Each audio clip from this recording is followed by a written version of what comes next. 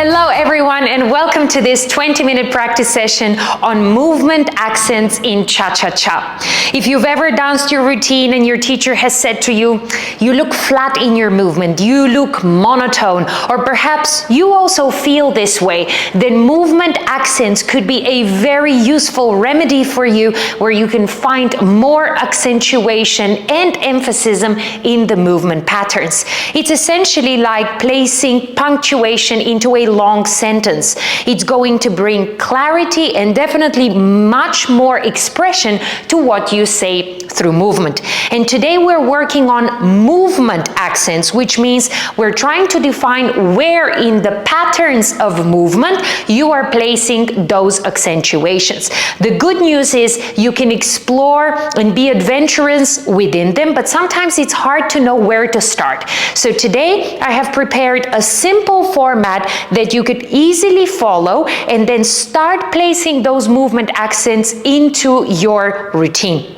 The plan is we're going to go over what the movements accents are and what their characteristic is. Then we will make a small routine in which we're going to practice what we learned.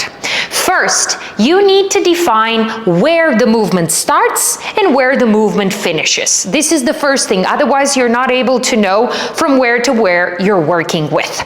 And I will tell you shortly where that movement is going to be in our routine.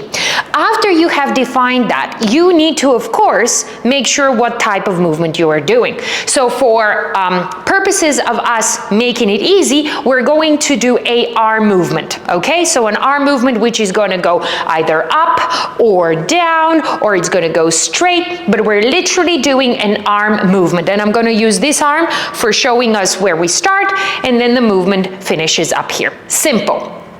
So the movement accents are many. Today we're working with 4 of them: impulse, impact, constant, and swing. These are the 4 ones we're taking on board today.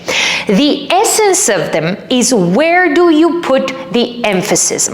In impulse, you put the emphasis in the start of the movement, and then you have a constant continuation. So if this is the movement we're doing, the speed is in the start, and then there is an echo to it in continuation. Pa. So the speed is pa, pa in the start. Pa. And then it continues. Notice it's not a pa, but it's going into continuation right away. Pa. This is number 1, called impulse. When we talk about swing, then the speed in the accentuation is in the middle of the movement. So if this is the movement we're doing, the speed is starting in the beginning, accelerates fastest, and then decelerates. So in other words, yeah, right? Say it with me. Yeah. So a perfect example of an swing will be your chasse and jive. Yeah, wata, yeah, wata, yeah, wata, yeah, wata. So you're putting the speed into the middle of the step. So impulse in the start, swing in the middle. When we talk about constant, we have no change. So that could be in a slow tempo, or into something very fast, but it doesn't change or doesn't accentuate midway. And the last one is called an impact, where you have a slow start, increases the speed, and then comes to a conclusion. So with the impact, the speed is really in the very end, but there is a finality to it. So when you dance an impact, usually you are using that to conclude with a big exclamation mark. Simple example of that could be your bow. You've done the end of your dance, and then there is a moment of finality and a little pause, and then you continue. In the impact, there is always some time after you have done the punch. It's not pa-ah, because then it becomes more close to the impulse. All right, let's do it. Impulse, swing, constant, impact. Ready? And impulse, swing, constant, impact.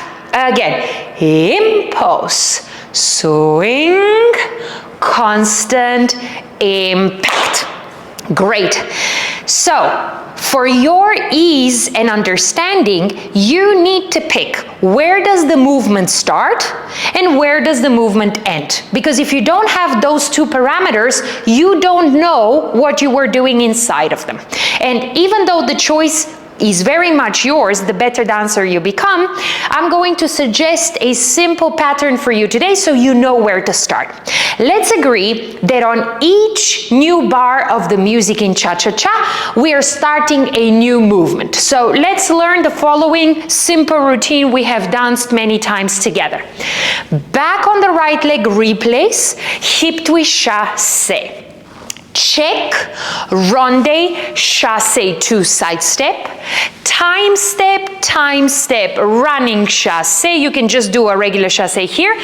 Time step, one more chassé. That is it. We're just using these movements so we can practice our movement accents. So we've got 2, 3, cha-cha-cha. 2, 3, cha-cha-cha.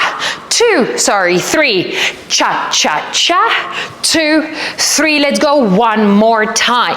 2, 3, cha-cha-cha. 2, 3, cha-cha-cha. 2, 3, cha-cha-cha. 2, 3, cha-cha. Again. 2, 3, cha-cha-cha. 2, 3, cha-cha-cha. 2, 3, cha-cha-cha. 2, 3, cha-cha-cha. All right.